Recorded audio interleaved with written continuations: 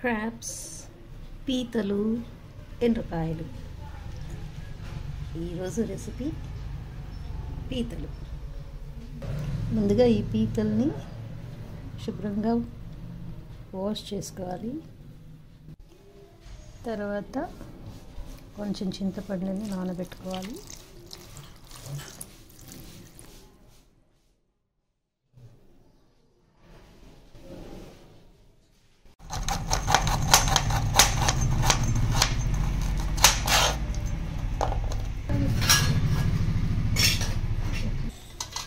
Stove పైన ఒక పెద్ద సైజు వెడల్పాటి గిన్నె పెట్టుకోవాలి. దీన్ని లగన్ అంటారు. దీంట్లో ఒక కప్ కొబ్బరి ముక్కలు వేసి కాస్త రోస్ట్ చేసుకోవాలి, డ్రై చేసుకోవాలి. డ్రై చేసుకుంటే మనకి పౌడర్ ఫైన్గా వస్తుంది, లేదంటే కోర్స్గా వస్తుంది. ఎంత సైజు ఆనియన్, ఎంత క్వాంటిటీ ఆనియన్ తీసుకోవాలి. నేను తీసుకుంది 7 జతల పీతలు సరిపోతుందండి. ఇందులో కొంచెం ఆనియన్ వేయించుకోవడానికి కొంచెం ఆయిల్, కొంచెం వేడయ్యే లోపల ఈ ఆనియన్ని కట్ చేసి, మరీ ఫైన్ చాప్ చేసే అవసరం లేదు.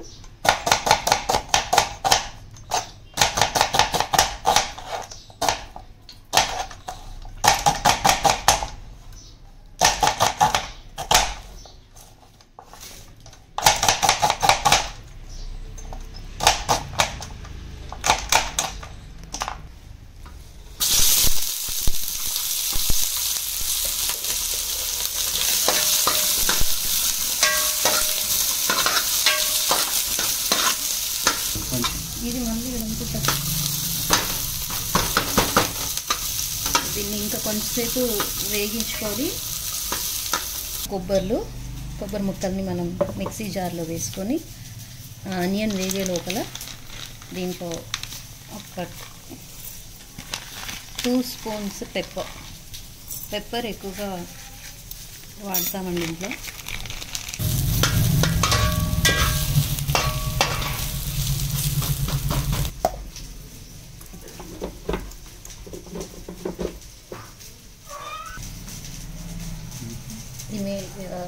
ఎండు కొబ్బరి మిరియాలు కలిపి ఫస్ట్ డ్రైస్ని మిక్స్ చేసేసుకోవాలి.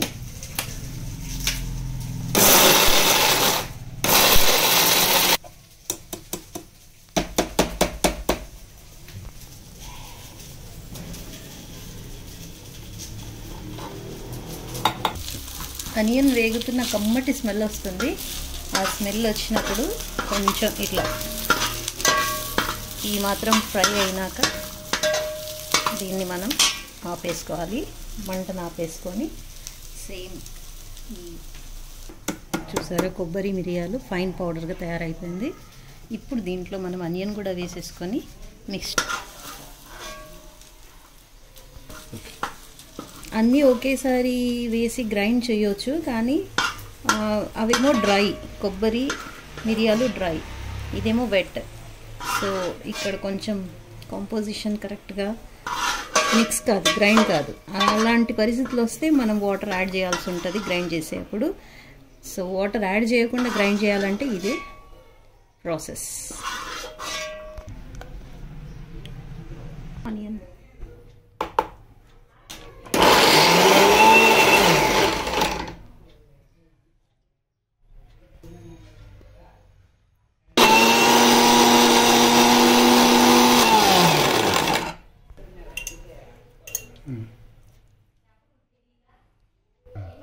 ఇదే మసాలాలో ఒక ఫుల్ స్పూన్ అల్లం వెల్లుల్లి, కొంచెం ధనియాల పొడి, ఒక చిన్న స్పూన్ ధనియా పౌడర్. ఇప్పుడు దీంట్లో 1-2 స్పూన్స్ కారం కూడా వేసాను. అలాగే 2 స్పూన్స్ సాల్ట్. ఇప్పుడు ఆల్మోస్ట్ అన్ని ఇంగ్రీడియంట్స్ ఇదే మిక్స్చర్లో వచ్చేసాయి. కొంచెం పసుపు కూడా వేసేసుకుంటే,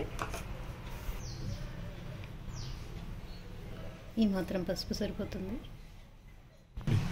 ఓకే, స్మూత్ పేస్ట్ రెడీ. ఇప్పుడు అదే గిన్నెలో ఆయిల్ 1, 2, 3,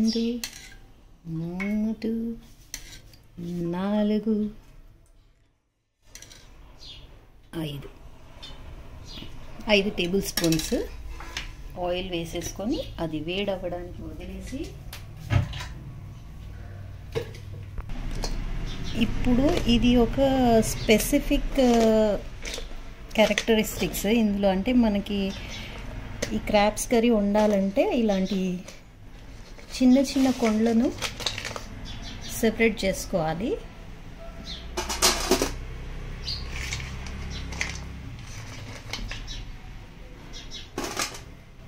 అన్నీ కాదు, కొన్ని ఇవి చేస్తూ ఉన్నప్పుడు కొంచెం జాగ్రత్తగా ఉండాలి.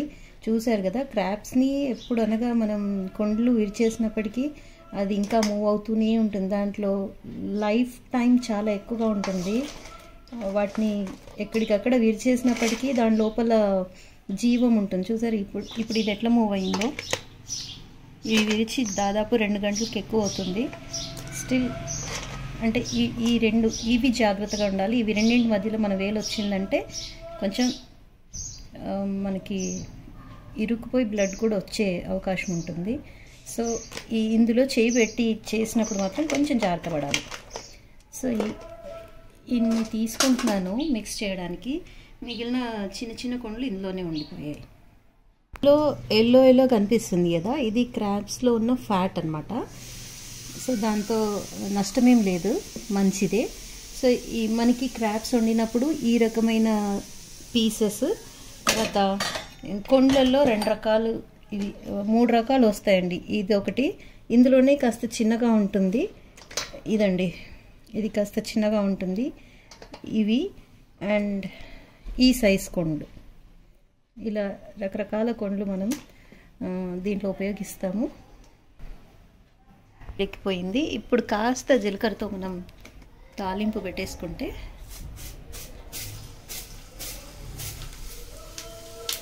కొంచెం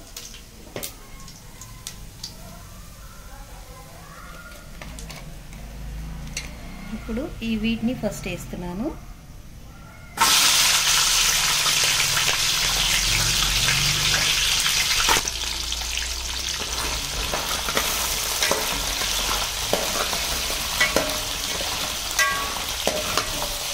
వీటిని సాలిడ్గా అంటే 2 ముక్కలు కాకుండా ఇట్లా 2 కలిపి ఉన్న ముక్కగా అట్లా కూడా ఉంచేసుకోవచ్చు. కాకపోతే మసాలా లోపల వరకు మంచిగా వెళ్ళాలంటే ఇలా 2 ముక్కలుగా చేసుకోవాలి.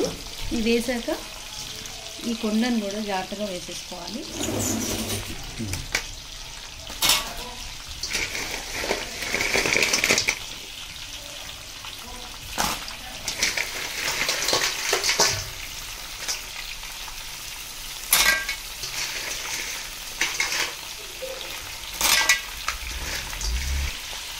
వీటిని బాగా కలియబెట్టుకోవాలి.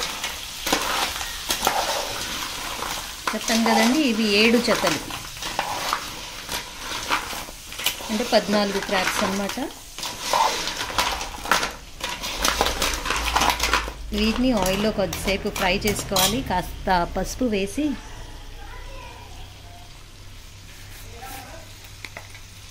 మూవ్ అవుతుంటే చూపించండి. అది ఇందాక కాస్త పసుపు అందులో కూడా వేసాం మసాలాలో. ఇప్పుడు ఆ క్రాబ్స్ ఆయిల్లో వేగుతున్నప్పుడు చూడండి ఎట్లా మూవ్ అవుతున్నాయో.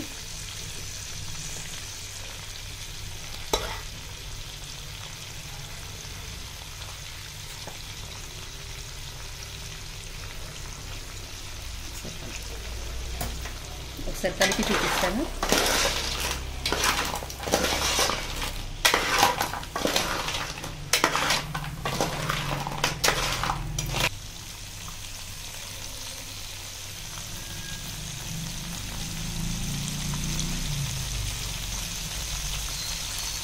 చూస్తున్నారండి ఇక్కడ ఎట్లా మూవ్ అవుతున్నాయో. నేను చేసే రెసిపీస్ అన్నీ కూడా ఎక్కువ ఆయిల్ కాకుండా కొంచెం లో ఫ్యాట్లో, తర్వాత ఒకటే మ్యాక్సిమం తక్కువ కంటైనర్స్, మ్యాక్సిమం ఒకటే కంటైనర్లో అన్నీ చేసేసుకుంటాను. సో దట్ శ్రమ తగ్గుతుంది. చింతపండు నానబెట్టుకున్నాం కదండి, ఇప్పుడు పల్ప్ తీసుకుందాము.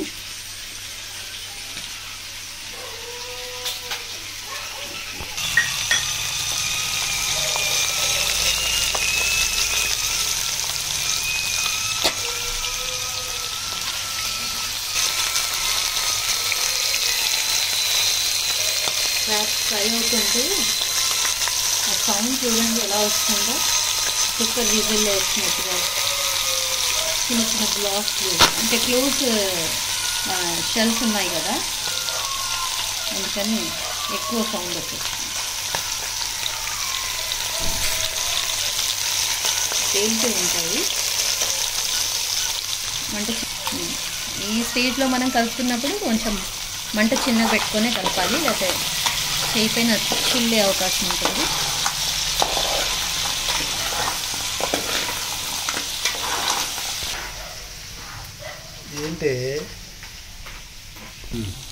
ఓకే, ఈ స్టేజ్లో మనం గ్రైండ్ చేసుకున్న మసాలాని ఇందులో వేసేసుకోవాలి.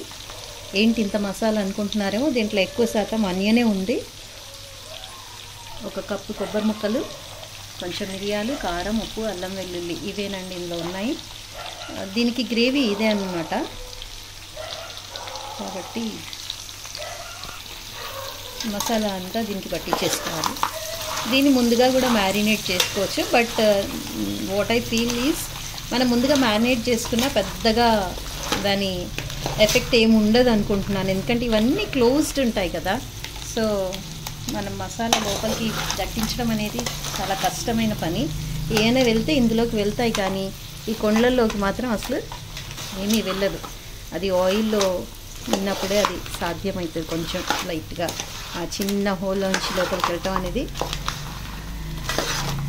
ఆయిల్లో వేసాక ఇది సాధ్యపడుతుంది. కొంచెం మసాలాని ఈ ఆయిల్లో కొంచెం వేగనివ్వాలి వీటితో పాటు కలిసి. ఈలోపు చింతపండు రసం తీసేసుకుందాం.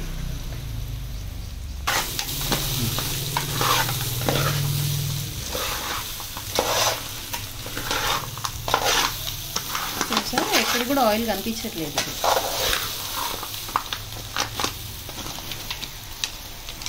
అల్లం వెల్లుల్లి వేగిన అల్లం వెల్లుల్లి పేస్ట్ వేగిన స్మెల్, ధనియా స్మెల్, పెప్పర్ స్మెల్, మంచిగా వేగిన స్మెల్ వచ్చేస్తుంది. సో ఈ స్టేజ్లో మనం ఈ చింతపండు రసాన్ని. చింతపండు మనం చేపల పులుసులో తీసుకున్నంతగా తీసుకోకుండా కాస్త తక్కువే తీసుకోవాలి. ఇంకేమైనా ఇంకే ఫిల్టర్ అయ్యేలాగా చేయొద్దు పెట్టుకొని. నేనైతే ఈ విధంగా పోసేస్తున్నాను.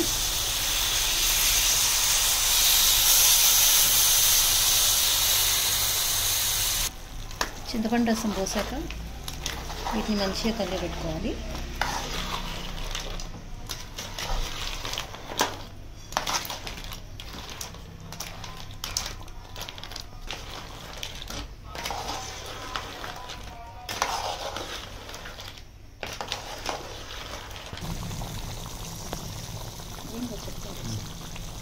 కొంచెం కారం తగ్గింది, మళ్ళీ ఒక స్పూన్ వేసుకున్నాను.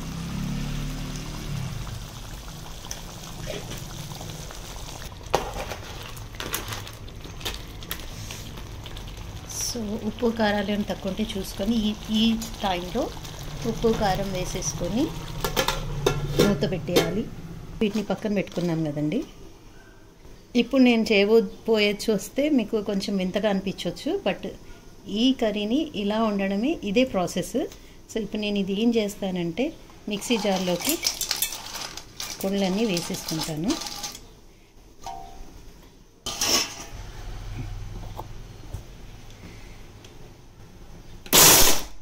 ఇట్లా కొంచెం కొంచెంగా మిక్సీ చేసుకోవాలి.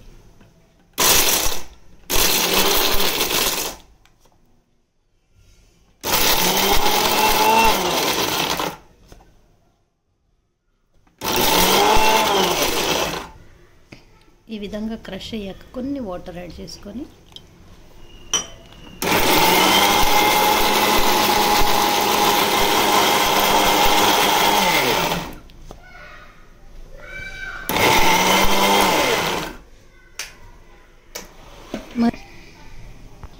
మరీ స్మూత్ పేస్ట్ ఏం అక్కర్లేదు, మనం దీన్ని ఫిల్టర్ చేసుకోవాలి. ఇప్పుడు ఇలా బ్లెండ్ చేసుకున్న కొండీలలో వాటర్ పోసుకొని, ఇది చూసారా షెల్, ఇదంతా మనం కర్రీలో వేసుకోవద్దు. ఇందులో కూడా చాలా వస్తుంది. మనం ఇట్లా మిక్స్ చేసేసుకొని చేయి అడ్డు పెట్టుకొని ఫిల్టర్ చేసుకోవాల్సి ఉంటుంది.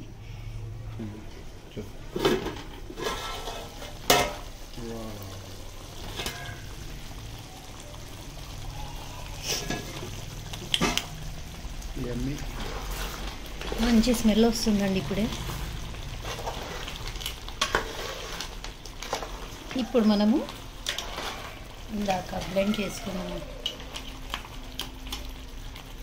కొండీలని ఫిల్టర్ చేసుకోవాలి.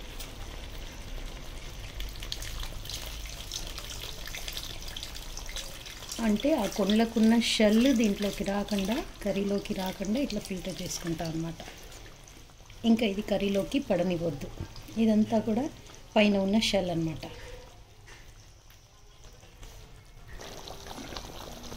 ఇప్పుడు అన్ని ఇంగ్రీడియంట్స్ ఇందులో వచ్చేసేయండి.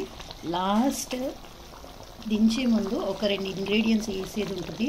అది ఏంటంటే పెప్పర్. ఆల్రెడీ 2 స్పూన్స్ వేసాము. ఇంకో స్పూన్ దీన్ని ఇట్లా ఫైన్గా కాకుండా పౌడర్ కోర్స్గా దంచి దించే ముందు ఇది కొత్తిమీర చల్లి దించేసుకోవాలి. క్రాబ్స్ మనకి వింటర్ సీజన్లో ఎక్కువగా అమ్ముతారు. సో వింటర్ సీజన్లో వీటిని ఎక్కువగా వాడుతుంటాము. అయితే ఇది ఒంటికి వేడి చేస్తుంది అన్నమాట. అందుకని క్రాబ్ ప్లస్ పెప్పర్. సో వీటి వల్ల ఎవరికైనా ఉబ్బసము, ఆస్మా లాంటి పేషెంట్స్ ఉంటారు కదా, ఇది ఒకటి. తర్వాత పాయా సూప్, ఇవి 2 ఎక్కువగా వింటర్ సీజన్లో చేస్తూ ఉంటాము. ఇప్పుడు ఫైనల్ టచ్ విత్ పెప్పర్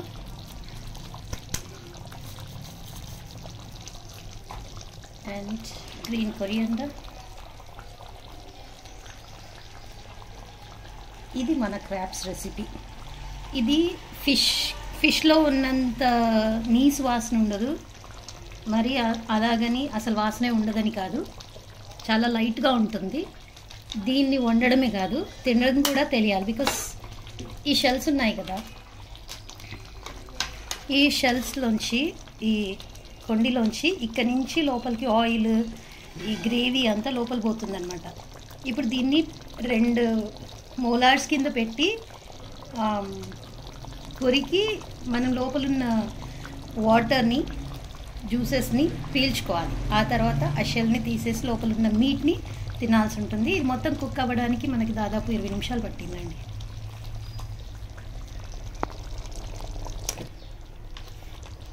ఇవ్వండి.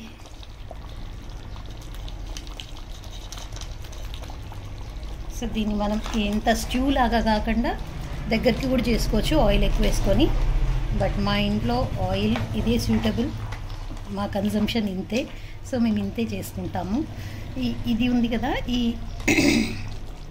ఫస్ట్ ఇదిగో ఇలా వీటి నుంచి మొత్తం పీల్ చేసుకోవాలి ఫస్ట్. ఆ తర్వాత దీన్ని పంట కింద పెట్టి కొరికేసినాక ఆ తర్వాత దాంట్లో ఉన్న మీట్ని దెన్ ఈవెన్ మనం ఈ పైన లేయర్స్ చాలా పల్చన ఉంటుంది, అది నమిలేసి మింగేయచ్చు కూడా. ఇట్స్ అంటే మన కాల్షియం రిచ్గా ఉన్న ఐటమ్స్లో క్రాబ్ నంబర్ 1 వస్తుంది. సో కాల్షియం ఎక్కువగా ఉన్న క్రాబ్స్ కర్రీ. సో మన మెయిన్ ఫుడ్ రైస్ కాబట్టి మేము రైస్లోకి వండాం కాబట్టి స్ట్యూ గ్రేవీ లాగా చేసుకొని, రోటీకి కూడా ఇదే సూటబుల్. బట్ ఫ్రై లాగా అంటే ఇంత గ్రేవీ కాకుండా జస్ట్ ఆయిల్లోనే కుక్ చేసుకుంటే ఫ్రై అవుతుంది, అది ఇంకా బాగుంటుంది టేస్ట్.